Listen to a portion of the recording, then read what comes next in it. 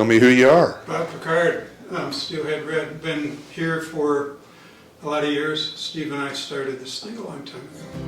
Every road I take always leads me to. What was the inspiration? Music. I love performing music. I started when I was a teenager. It's been probably the biggest joy in my life on a regular basis for all these years. And if I wasn't doing this, I don't know, I think I'd probably not be I just would not be a happy person. Close to you. Day by day. You started as a drummer, didn't you? I started as a drummer, and I was a drummer for a lot of years. We had a band called The Great Awakening back when, well, I'm not even going to say when, but it was back in the Chicago days. And so we had a brass section. We had some killer musicians. One of the guys ended up teaching in a music conservatory in Switzerland. Our sax player toured with the Army Jazz Band for 20 years. Our guitar player, who's still a good friend, lifelong friend all these years, actually made me a guitar when I decided to stop working and just do music. And it was just a wonderful experience. We've kept it going.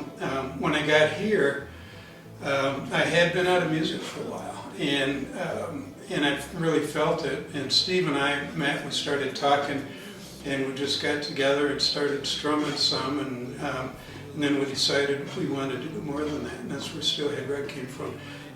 We had a third member of the original band, Ruben Snyder, who is now in Portland.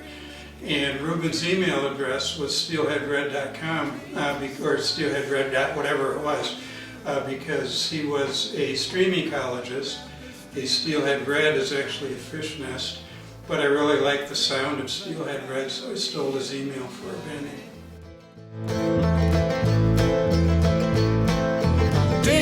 There's been a lot of iterations of Steelhead Red. You've gone through a lot of, music scene here has provided a lot of... Yeah, we've had a lot of iterations of Steelhead. You know, when you do this for this long, you go through different iterations because people branch off and do other things. Ruben left, we had a number of people in between. Jessica McAleese was just a phenomenal songwriter and singer, was in the band for a long time, and she really helped us make Steelhead Red what it was back in those days. And we kind of chased around a little bit after that. When Jessica moved, she wanted to farm. She went up to Salmon, and she's still farming up there. And when she left, for me, it left a big hole in the band. And so I kept trying to replace Jessica, and then I realized you can't do that. And so we just kept playing and doing different things and having a lot of fun. And then I was at a dinner with some people from Idaho State, and Danielle was at that dinner, and we started talking music, and she says, well, I just recorded a CD with my daughter, and I said, I'd love to hear it. So she gave me one, and I came home and I listened to it, and I thought, okay, we've got it. So Danny came into the band, and she's been here ever since as well. I take always leads me to that long cold drink of water. You want to talk about the rest of the band that you put together recently? Yeah, and then, with Jay Cradiville, my good friend Doug I was saying, we needed a string player. He said, have you heard of Jay Cradiville? And I said, no. And he said, well, he's playing with this band called Sons of Bannock, and they're actually playing tonight. Let's go see him. So I went to see him.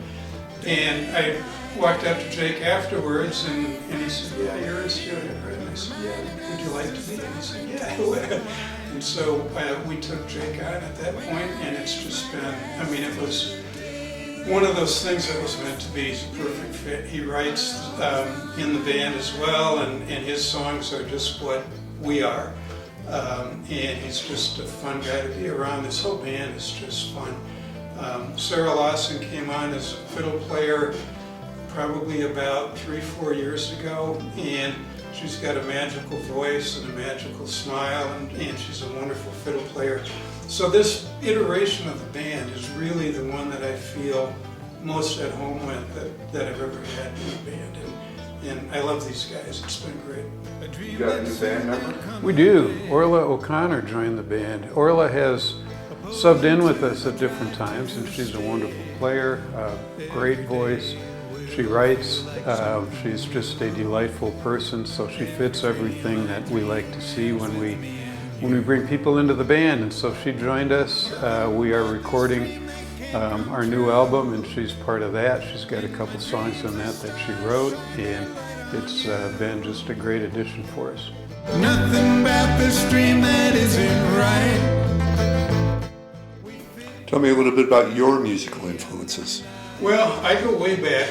At the old Texas influences, way back in the day. Those singer-songwriters kind of started the genre that we do, and so a lot of those guys just kind of carved out, that musical style, and so that's where we are.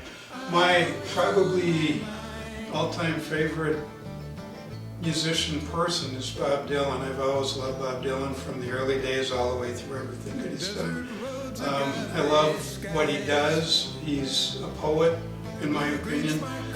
His lyrics don't always make sense, and lyrics don't always have to make sense if they touch you. And so I think that's just an incredible thing to be able to have done for as long as he's done it. Jason Isbell, I think, is the best musician, singer, songwriter of our time in the last decade, and so I love to hear what he does and try to study what he does because I think he's magical as well.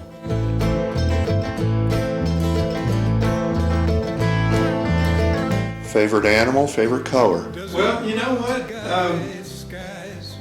I guess I would be a green bear. My daughter tells me that I have bear energy, and you can take that a lot of ways, and it's probably true in all of those ways. And green because of the Green Bay Packers. I'm a Packer shareholder, Packer season ticket holder, and I think Jake likes somebody else, but it doesn't matter because they're not really all that good anyway, so the Packers. The road can leave me feeling down, but when the miles leave me feeling blue, I sing the songs that bring me close to you.